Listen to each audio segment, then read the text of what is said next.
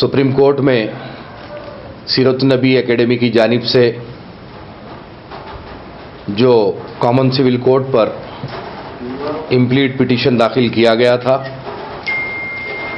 उसकी तारीख 6 सितंबर को सुनवाई मुकर्रर की गई थी। सीरत नबी एकेडमी के वफ़द ने दिल्ली पहुंचकर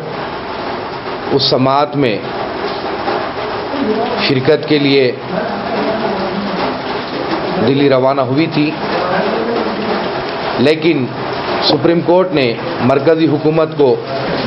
जो जवाब दाखिल करने की हिदायत दी थी, उस पर मरकज़ ने सुप्रीम कोर्ट से गुजारिश करते हुए और 4 हफ्तों का वक्त तलब किया है। सुप्रीम कोर्ट मरकज़ को 4 हफ्तों की मोहलत देते हुए कॉन्स्टिट्यूशन बेंच का क़याम अमल में लाया है और ये जो सुनवाई है, कॉमन सिविल कोर्ट के निफाज के लिए जो कुछ ख़वातीन की तरफ से दरख्वास्तें दाखिल की गई हैं, उसके ख़िलाफ़ में सीरतुन्नबी एकेडमी, मुस्लिम पर्सनल लॉ बोर्ड, जमीयतुल उलमा हिंद ने अपनी दरख्वास्तें दाखिल की हैं। वो सारों को चीफ जस्टिस ऑफ इंडिया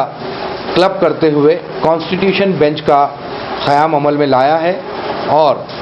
वो जो है माह अक्टूबर के पहले हफ्ते में इसकी सुनवाई होगी। और हम यहाँ पर इस बात का ज़रूर ज़िक्र होगा कि जो कुछ भी मरकज़ को जो रिपोर्ट दाखिल करना है, वो इस बात का ज़रूर ख्याल रखें कि किसी भी एतबार से शरीयत मोहम्मदी सल्लल्लाहु अलैहि वसल्लम में किसी किस्म की कोई मुदाखलत मुसलमान बर्दाश्त नहीं करेगा।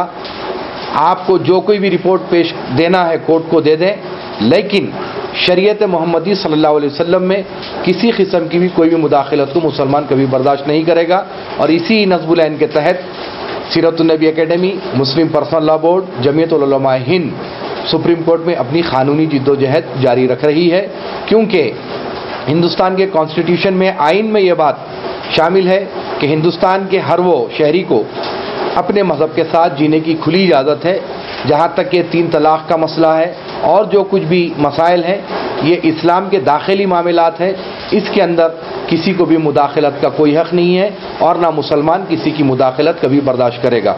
तो जो भी अब समाअत होगी अक्टूबर के पहले हफ्ते में होगी, इंशाअल्लाह हमारी अपनी कानूनी जिद्दोजहद जारी रहेगी।